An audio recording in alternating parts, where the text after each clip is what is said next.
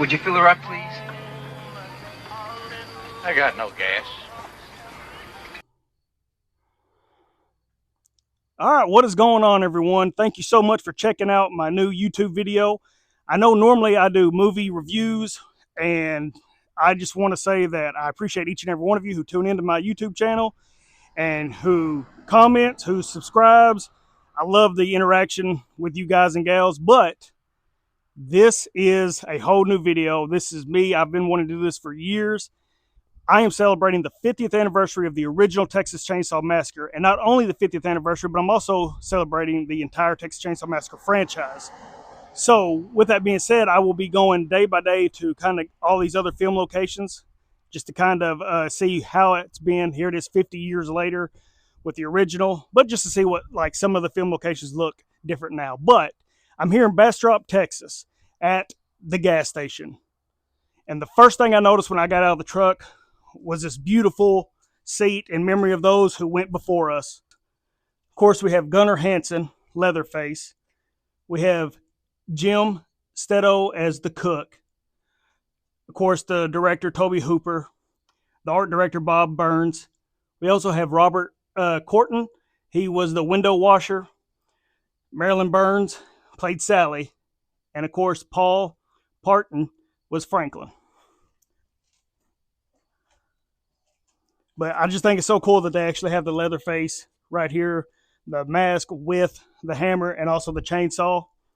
But to kind of give you a perspective of how the movie was filmed or some of the shots here, come along with me. So right here is where we see toward the end of the film, Sally is running from Leatherface. Sally's running up this road right here, screaming for help. Leatherface isn't too far behind her. And as she comes around the corner right here, this door is seen in the movie as she tries to open the door, but it's locked. So what does Sally do? She takes off running down here. And this screen door right here is open in the film, and she busts through the actual door right here. And that is where the cook is back there. Now, she does not know the cook is part of the Sawyer family.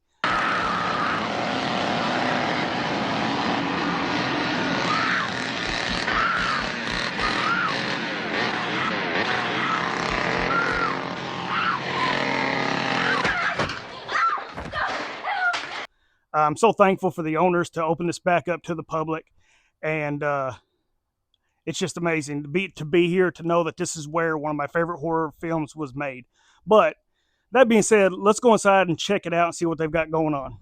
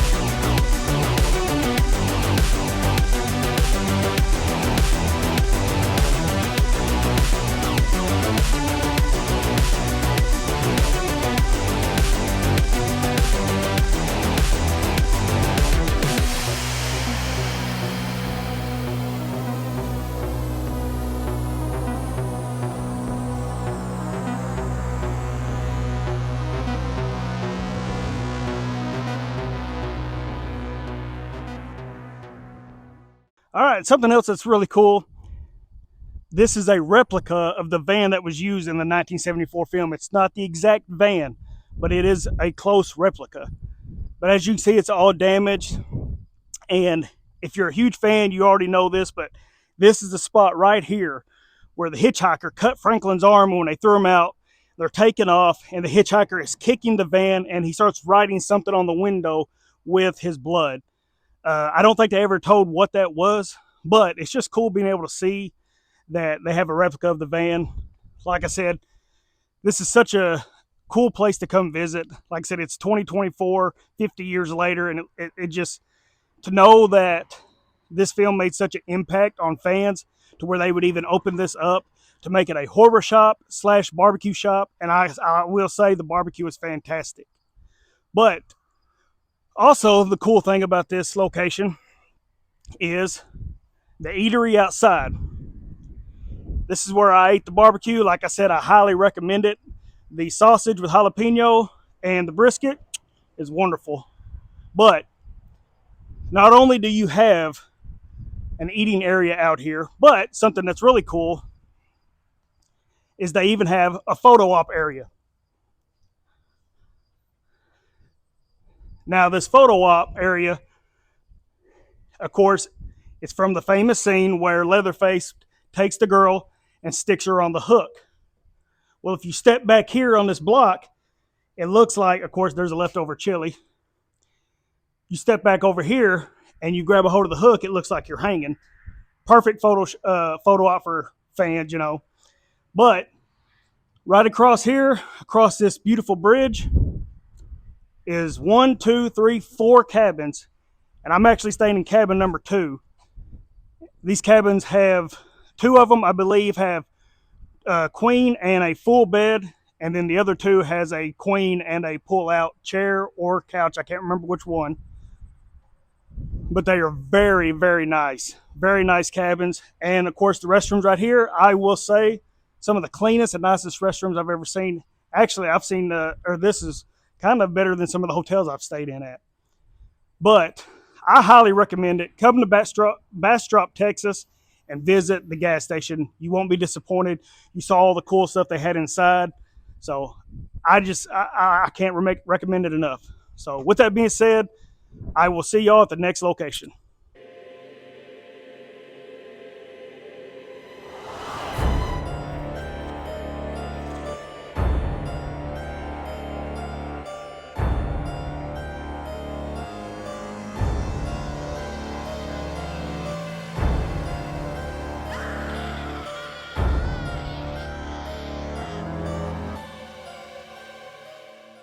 All right, we're here at the second location, and it is none other than the famous bridge from the Texas Chainsaw Massacre 2. And there she is right there. All right, so the famous bridge from the 1986 Texas Chainsaw Massacre 2. And this bridge is a lot smaller than what it looks like on the actual film. But this is the famous bridge where the 2 guys are calling the station, and Stretch is on the phone, and all of a sudden we see a truck parked with its lights off. The car's facing this way, the truck's facing this way, and it's kind of blocking the 2 drivers. But they still have the phone in their hand the entire time, so Stretch, the radio DJ host, can hear everything.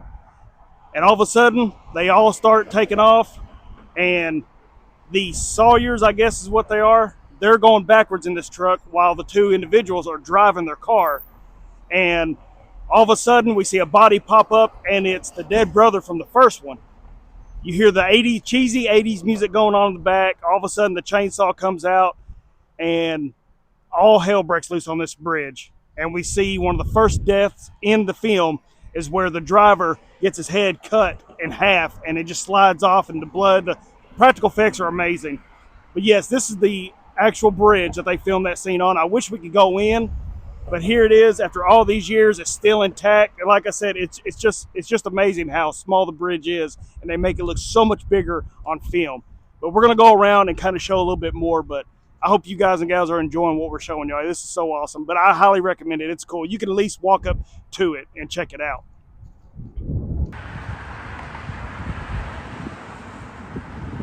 All right, so here we are at the third stop of the Texas Chainsaw Massacre 50th anniversary.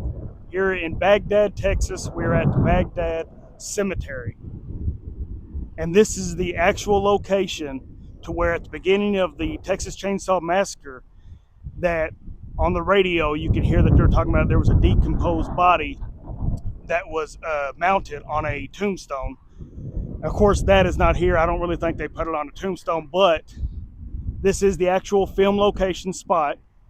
You can see these in the movie and this in the background of the movie, which is amazing that it actually still looks the same to this day. And like I said, this is in Baghdad, Texas. It's very easy to find. There's an entrance to the cemetery over here and to the right of me over here. And I mean, as soon as you come in, this is the only monument that looks this way. So it's definitely easy to spot. But yeah, it's just cool to be able to be here and to see this. But yeah, make sure you check it out.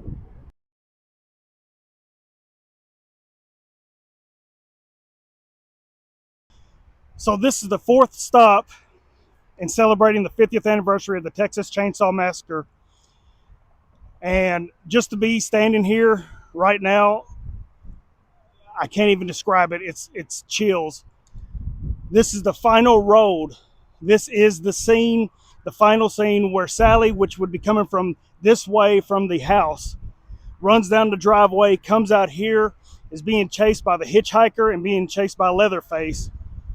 But down here is where the truck driver stops. He pulls over to the right to help Sally.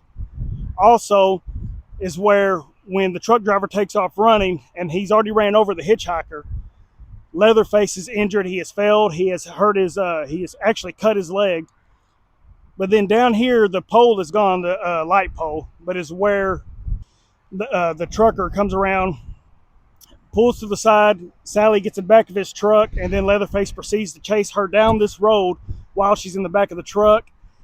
But this is the final scene of the movie where Leatherface is just emotional. He's mad, he's upset, and he's got the chainsaw, and he just starts going nuts. He's taking the chainsaw and just going around.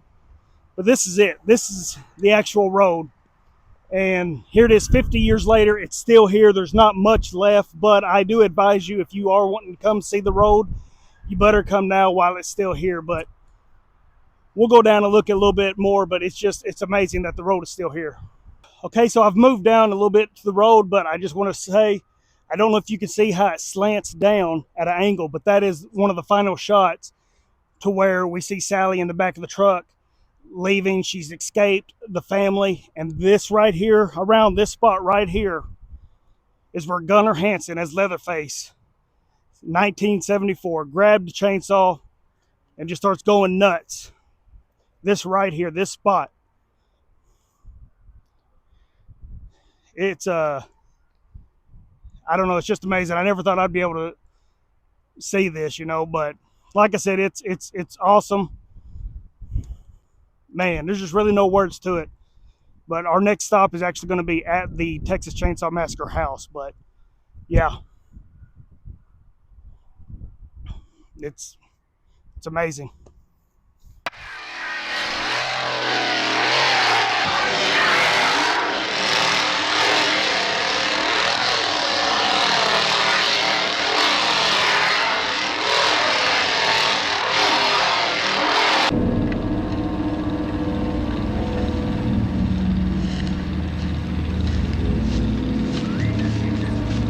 All right, so we finally made it to our last stop celebrating the original Texas Chainsaw Massacre.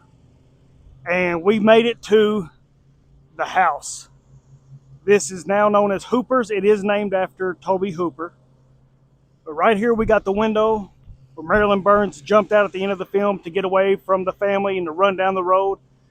Right here is the actual porch. Right here is where Leatherface chased Pam out of the house as she was screaming. He picked her up and brought her back in and stuck her on the meat hook. But just to see that it still looks like the house that was in the film is amazing. Of course, they did add on a little bit over here. But the house is located in Kingsland, Texas. It's just amazing. just to be able to see it and say, hey, this is where they actually filmed one of the greatest horror movies of all time. But with that being said, let's go ahead and go on inside and see what they got going on. First thing I noticed right off, come on in here, is the tribute to the one and only, the director, Tobe Hooper. And here's a behind the scenes. It's got Marilyn Burns in the background. There's Tobe Hooper directing. Here's the famous area where Leatherface busts through for the first time. The girl takes off running. He grabs her, brings her back. And of course, the first death scene was filmed right here with the hammer, and one of the most gruesome shots of the film. And then, of course, we got the upstairs, which we're going to go, so come along. I love the spiral steps. But this is where Marilyn Burns runs up here to find help, and she ends up finding the grandpa and the grandma. Look at this view right here. See the handprints? Oh, look what we got here. There's Grandpa. And we got Leatherface, which he's a little wonky, I was told a while ago. He's had a rough day. But we also, look here, we have an autograph. I don't know who it's from, but there's a behind the scenes. And I'm going to guess that people are putting pins in this to where they've come from.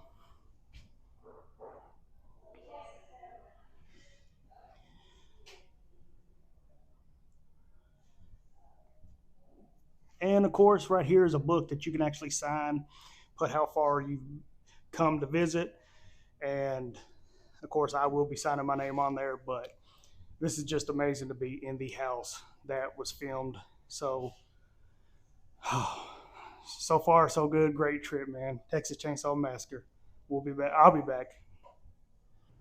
All right, so now I'm here at the 2003 remake mill. It looks exactly like it did in the film, except for a little bit of graffiti. But this is where the van was parked when the girl shot herself, the hitchhiker.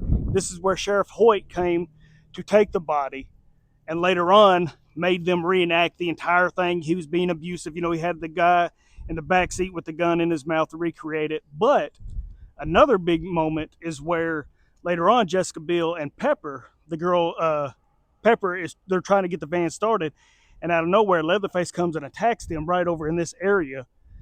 And this is where Leatherface for the first time reveals his face, and he's wearing Jessica Biel's boyfriend's face as a mask. But they have private property signs on here, no trespassing, so we're going to respect that. But I just think it's cool that this is the actual film location. So I don't know, it's another spot to come and check out. Definitely worth it.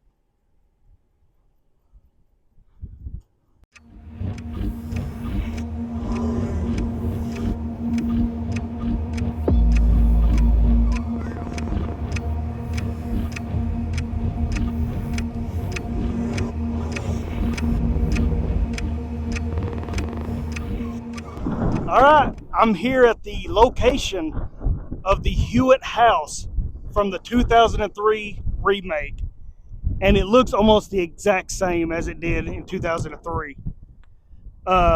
Again, if you come to visit, don't get on the property. Of course, they says please do not block the driveway, and we also have no trespassing and stuff like that. So out of respect, you know, they don't care if you take pictures or videos, but they like you to stay on the side of the fence. But having said that, it's just amazing to see the house, because the house is bigger than what I thought it actually was. And pulling up from the side of the road, I was like, that's it, that's the house. But yes, this is where the Hewitts, we find out in the 2003 remake, they're not called the Sawyers, they're called the Hewitts, but this is where the Hewitt family lives.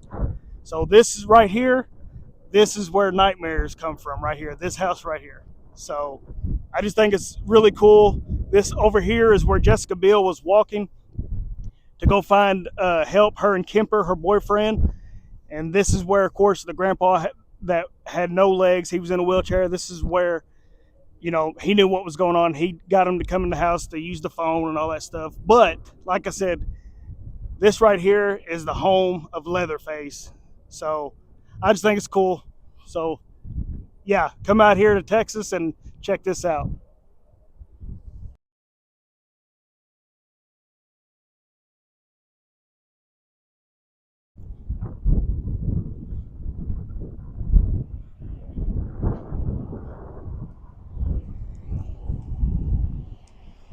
All right, guys and gals, we are here at the gas station from the 2003 remake. Uh, if you've seen the 2003 remake or even photos from that film, it looks the same exact way it did in the movie. Of course, this right here, this location, is where after the hitchhiker kills herself in the back of the van, she shoots herself in the head. This is where the group comes and parks the van right there next to that mailbox, goes inside and tells the old lady what happened. They need a phone to call the police. Not only is that the scene that was shot here in the beginning of the film, but at the end of the film, when Jessica Biel finally gets away from Leatherface, she hitchhikes and gets in an 18-wheeler. Well, the 18-wheeler takes her here to get help, and she starts flipping out. She gets out of the truck, runs around the back, which is on that side. She looks through the window and sees that they have the baby in there that somebody that they have kidnapped.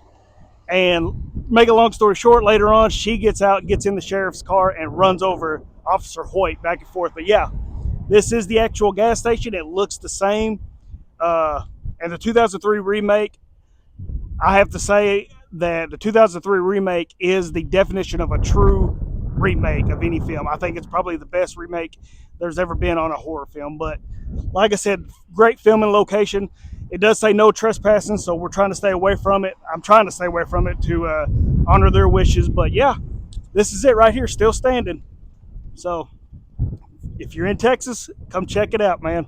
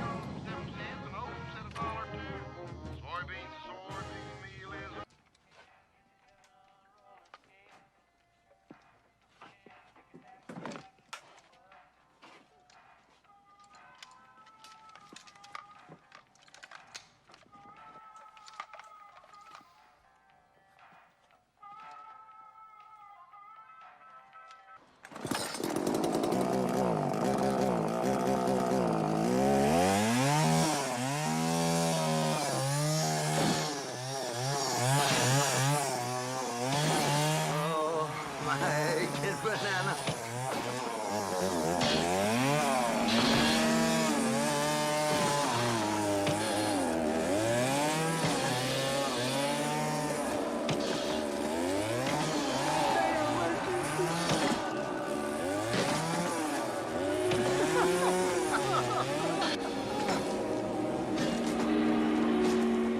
Okay, so we're at our last stop here in Austin, Texas, for our Texas Chainsaw Massacre films locations. This building right here behind me was used in the Texas Chainsaw Massacre 2. It was called the Cut Right Chainsaw Repair Shop. This is where Lefty went in to go buy a couple of chainsaws because he was getting ready to do battle with Leatherface and the rest of the family. And right over here in the movie is where he come out and was hitting the wood with the chainsaws to test them out. And up there on the porch is where the old man was getting really excited and just watching Lefty go nuts. But up there where it says Mean-Eyed Cat Bar, this was turned into a Johnny Cash themed bar in 2004, which now is a popular bar called Mean-Eyed Cat Bar. But they say that they still have the Cut Right Chainsaw sign inside, so I do want to go in and check out and see if they have it. I don't know if we're going to be able to film in there. Maybe we can just get some pictures. But like I said, this is our last stop in our Texas Chainsaw Massacre Texas trip. But yeah, this is the actual place where, like, Dennis Hopper, aka Lefty in the movie, was cutting up the wood with the chainsaws, getting ready for battle. But unique bar, still looks awesome.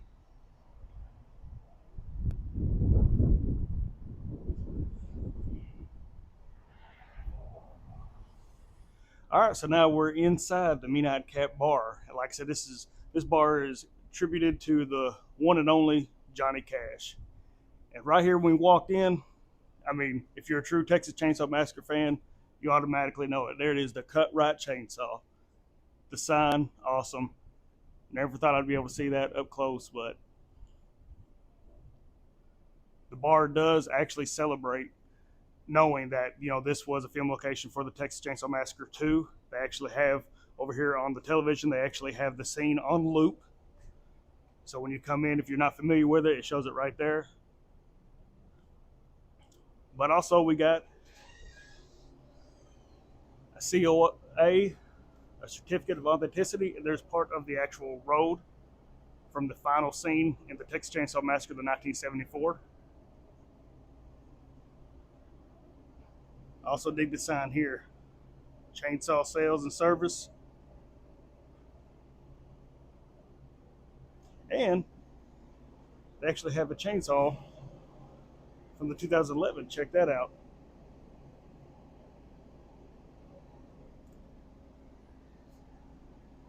Yeah, there it is, Leatherface, Gunnar Hansen, 1974. But not only is the bar, you know, of course, famous to the horror fans for the Texas Chainsaw Massacre, but let's look around, and if you're a true Johnny Cash fan, country fan, they've got this place, I mean, decked out in Johnny Cash, and it looks great.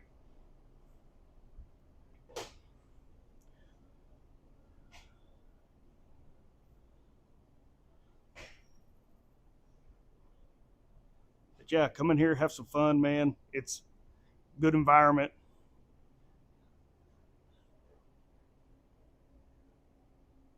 I just like the simple fact that they don't discriminate against what this place was. I like the fact that they celebrate that this was the cut right chainsaw repair shop used in the Texas Chainsaw Massacre 2. But cool enough to let us come in here and film. We do appreciate them. If you're in Austin, Texas, make sure you come out here and check out this bar. It's really cool, really cool. So Midnight Cat, remember that, Austin, Texas. Check them out. But until next time, thank you so much for joining them.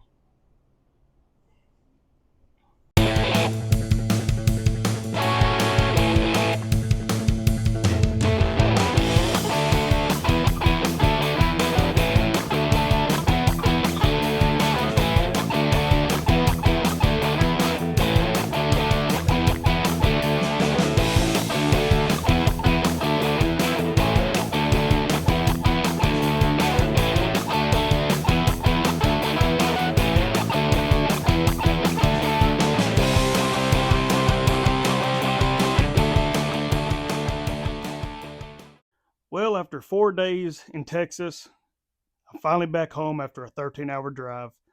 I had an absolute blast being in Texas, going to all the film locations. And, you know, this was a dream of mine. I've always wanted to go see where the Texas Chainsaw Massacre films were actually made. And what better way than do it around the 50th anniversary of the original Texas Chainsaw Massacre? I want to give a big shout out to every single person, whether you worked at the gas station or Hoopers or even the bar.